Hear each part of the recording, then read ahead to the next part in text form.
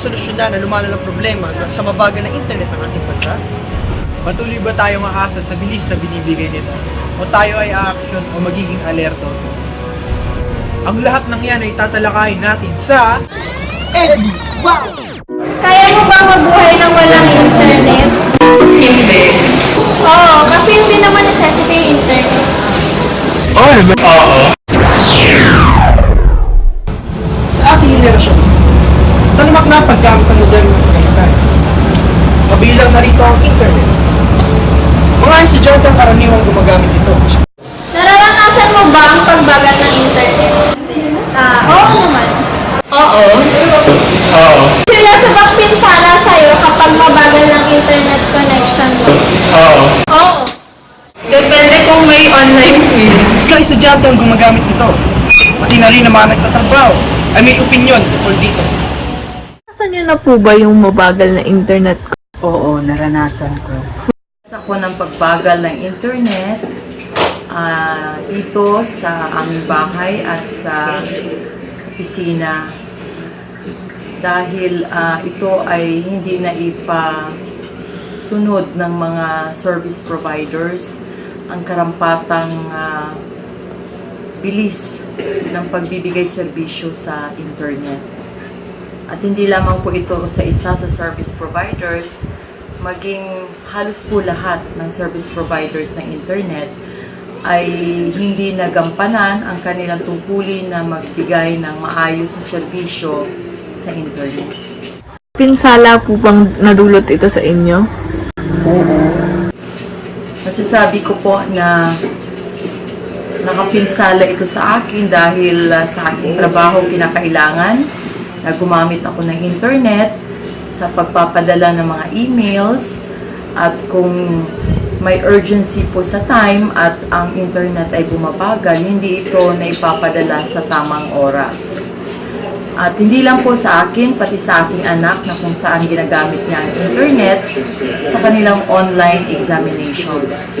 Ito rin po ay nakaka-apekto sa kanila. Makatarungan po ba yung presyo ng internet? Hindi. Sa tingin ko po hindi makatarungan ang presyo ng internet sa ating bansa. Ito po ay mataas at tayo ay napo-force or napupuwersa na magbayad dahil kinakailangan natin. At kung ikumpara natin ito sa ibang bansa, mas mabababa ang kanilang presyo or monthly payment sa kanilang internet connection at ito ay nagbibigay pa ng mas mabilis na serbisyo or mabilis na internet connection. Kung ang mga masisipag na tao ay naaapektuhan sa suliranin ng internet, maging ang mga tambay sa ating lipunan ay kabilang na rin dito. Naranasan niyo po bang pagbagal ng internet? Oo naman, lalo na tuwing nag-download ako, particularly pag alas 11 ng gabi hanggang alas 3 ng madaling araw. Tarungan po ba ang presyo ng internet sa Para bansa? sa akin hindi. Kasi unang-una, sabihin na lang natin for example, 3 Mbps, kasi binabayaran mo is 1, 2. Kaso nga lang, hindi naman tungkol sa internet ng lahat yun eh. Isang telephone company, may kasama pa yun na cable or telephone. Ngayon, kinap nila yung internet mo kasi hindi pinapagbayad. Patuloy pa rin tumataas yung bill kahit na internet mo, pero ang dahilan nila telephone lang yung binabayaran mo. Pero ang talagang dahilan kung ba't ka nagpakabit is yung internet lang. So, masaya mo makatarungan yun. Ayon sa netindex.com, ang Pilipinas ay isa sa mga may pinakamabagal na internet sa buong mundo. Nakakalungkot man isipin, ito ay isang tanda na ang bansa natin ay napag-iiwanan na sa pag-unlad ng ibang bansa.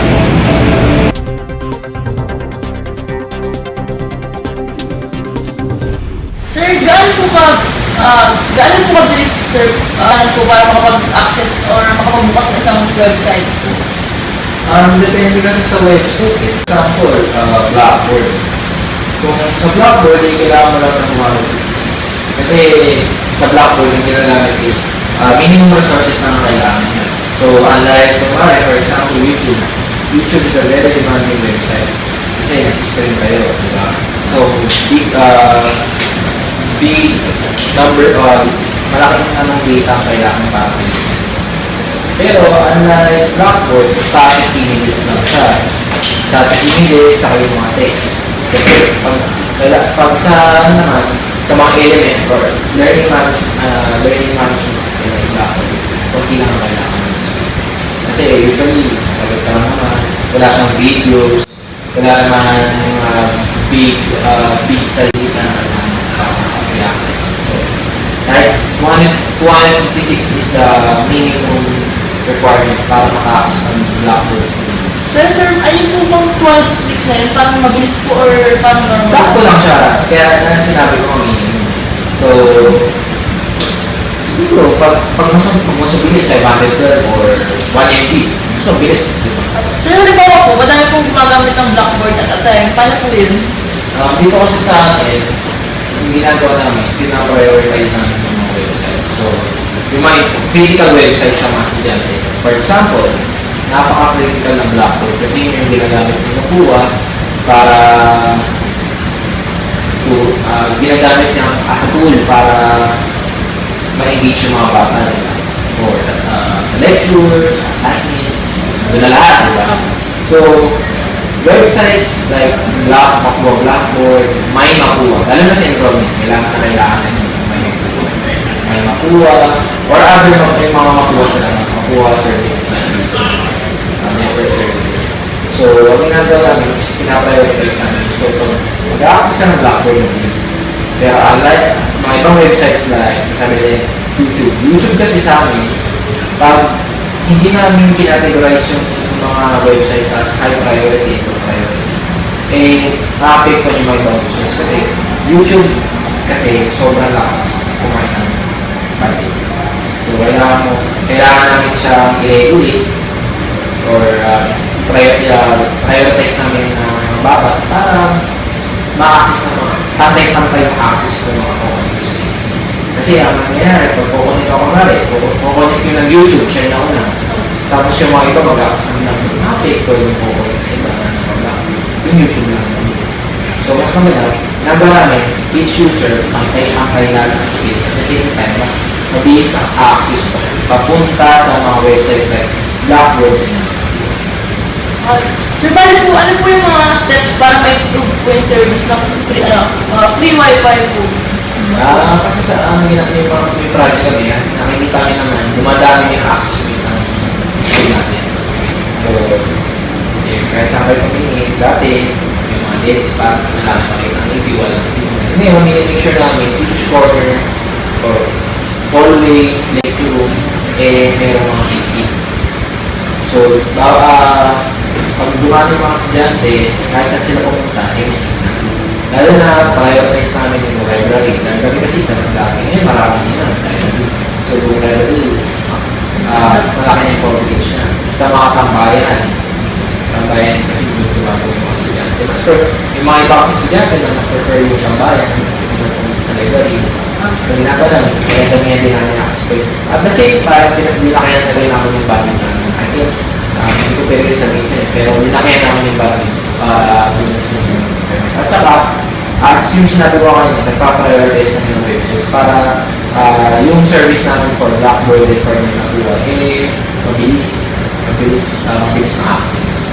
Sir, last na po, ano po yung bandwidth? Kasi ganito yun.